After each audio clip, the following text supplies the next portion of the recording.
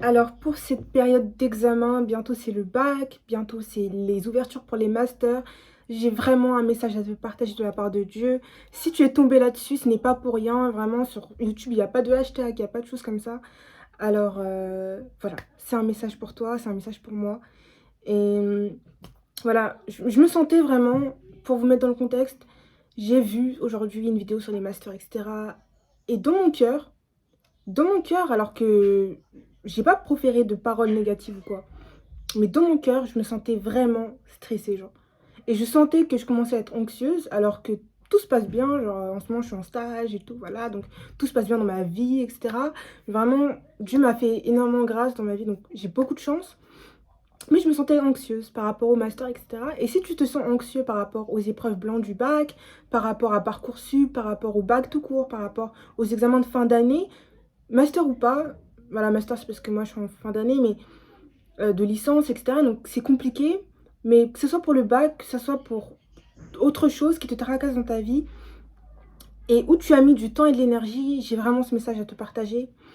Voilà, je voulais rentrer et je voulais mettre un épisode pour me détendre, etc. Et quelque chose m'a dit, Adri, va ouvrir ta Bible. Genre, au lieu de mettre un épisode d'Arcane, va ouvrir ta Bible, ton Dieu doit te parler.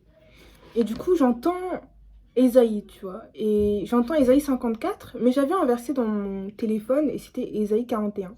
Donc, j'ai pas écouté Dieu. Je suis partie quelque part, mais c'est quelque part où c'est intéressant. Je vous amène là. Alors, ça dit, dans Ésaïe 41, ne promène pas de regard inquiet, car je suis ton Dieu. Je te fortifie, je viens à ton secours, je te soutiens par ma main droite, la main de la justice. Et ce verset, je l'avais lu, il était dans mon téléphone, etc. Ce verset, je l'avais lu, mais je n'avais pas compris. Et c'est marrant à quel point parfois tu lis ta Bible, etc. Tu es là, oui, et tout, je lis ma Bible, mais tu comprends rien à ce qui est écrit. Tu comprends pas là où Dieu veut t'emmener. Et encore, je crois que c'est encore plus intéressant parce que parfois, je pense que Dieu, il nous parle différemment à travers un même verset, en fait. À l'époque, je l'avais lu parce que je voulais pas avoir peur sur plein de sujets différents, parce que j'ai l'impression que Dieu m'emmène dans une nouvelle saison de ma vie et j'ai super peur. Genre moi, j'aime beaucoup le renouveau, mais quand ça demande, voilà, il faut que je donne tout, là, j'ai un peu plus de mal. L'inconnu, etc. Maintenant, on est en 21 ans, maintenant, j'ai du mal avec le renouveau. Et pourtant, mon Dieu m'a dit de ne pas avoir peur et de ne pas mener de regard inquiet. Et juste pour te dire que, comme pour moi, Dieu il veut nous emmener dans une nouvelle dimension de notre vie. Que ce soit professionnellement, que ce soit dans le relationnel, partout où on va, notre Dieu, il nous tient par la main. Et plus encore, c'est un Dieu qui est juste, et cette main, c'est une main qui est juste. Et je comprenais pas ce verset, je me disais, mais ok, faut pas que j'ai peur, mais comment? Mais pourquoi je devrais avoir peur alors que j'ai mis mon être dans tout ce que je fais? Dans tout ce que je fais, je me donne au max. Bon, parfois je procrastine, hein, voilà. Mais tout un semestre, tu travailles. Tout un trimestre, tu travailles. Toute une année, tu travailles. Alors pourquoi tu as peur? Tu sers un Dieu qui est juste. Tu sers un Dieu qui est miraculeux.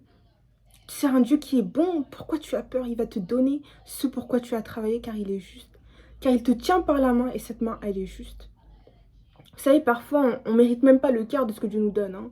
Franchement, on lui obéit pas, on pêche, etc. Mais tu peux faire ça comme effort et il va te donner ça.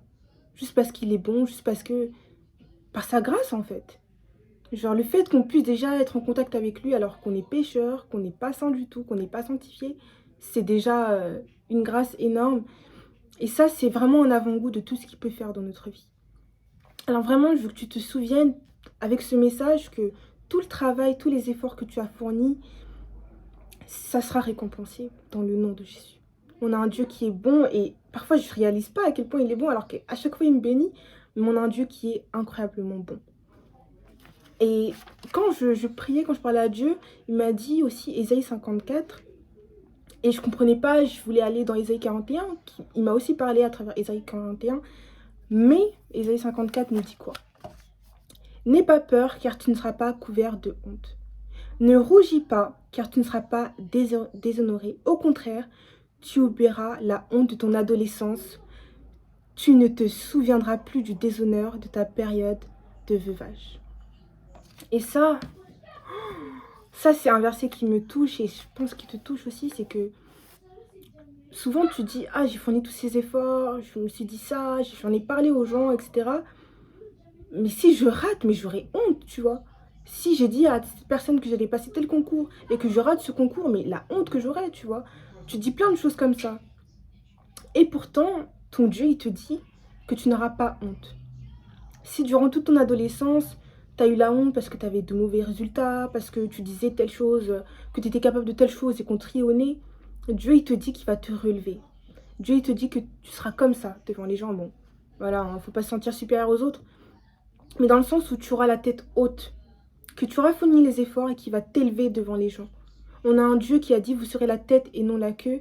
Et c'est une chose dont il faut qu'on se souvienne.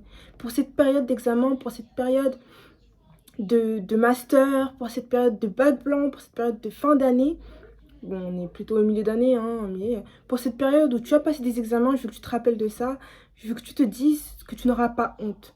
Quand on va annoncer les résultats du concours, quand on va annoncer les résultats du bac, quand on va annoncer les résultats des masters, tu seras dans ceux qui auront eu quelque chose. Et plus encore, tu seras dans ceux qui auront des mentions, tu seras dans ceux qui seront avec les éloges du jury. Parce que tu as un Dieu qui, même quand tu fais ça, il te donne ça. Et c'est quelque chose vraiment dont il faut qu'on se souvienne. Dans Ésaïe, vraiment, il y a tellement de choses qui parlent de la peur. J'ai littéralement mis, voilà, un post-it avec peur parce que on a un Dieu qui nous dit qu'on ne doit pas flancher. Et plus encore, il nous dit quoi? En Jérémie 29, 11, en effet, moi je connais les projets que je forme pour vous, déclare l'Éternel, projets de paix et non de malheur, afin de vous donner un avenir et de l'espérance. Cet avenir pour lequel tu angoisses, cet avenir pour lequel tu as peur, ton Dieu, il te dit qu'il t'a déjà promis des projets de bonheur, qu'il t'a déjà promis de très belles choses.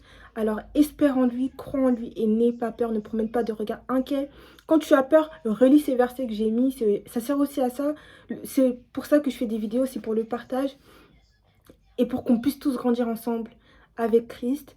Voilà, sois béni, j'espère que cette vidéo t'a édifié et all love.